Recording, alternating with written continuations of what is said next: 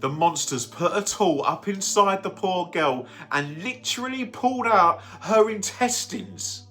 The air in Delhi on the night of the 16th of December 2012 was biting, a thick cold fog that clung to the street lights of Minaraka.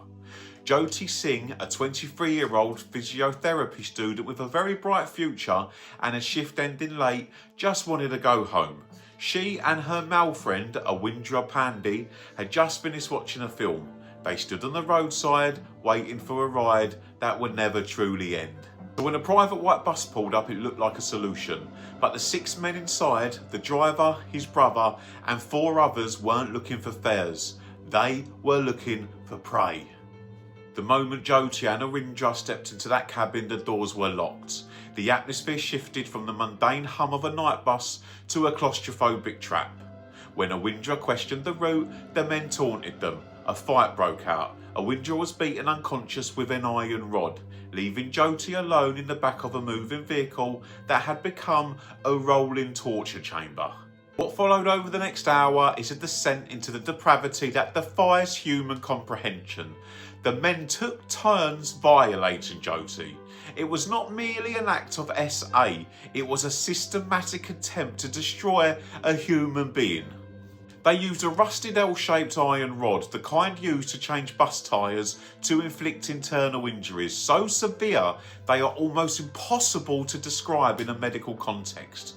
With this tool, they physically tore out her intestines while she was still conscious. The sheer force of the assault caused near total organ failure within minutes. They didn't want to just hurt her, they wanted to hollow her out. When they were finished, the men threw the 2 victims out of the moving bus onto the cold concrete on the flyover. The driver then reversed the bus, attempted to run over Jyoti's broken body to silence the only witness to their crime.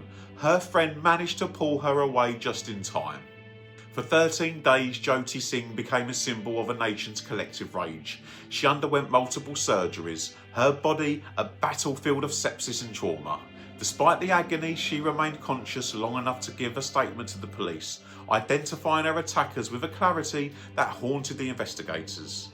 She died in a Singapore hospital on the 29th of December, her body simply unable to sustain life after the magnitude of the internal damage. The investigation revealed a chilling lack of remorse. The lead perpetrator, Ram Singh, will later unalive himself in his cell. The others claimed they were teaching her a lesson for being out late with a man. This wasn't a crime of passion, it was a crime of perceived entitlement. Jyoti's name was initially withheld by law, referred to as the Fearless One, but she was a daughter, a student, and a woman who fought into her last breath in the dark interior of a bus that should have just been a ride home.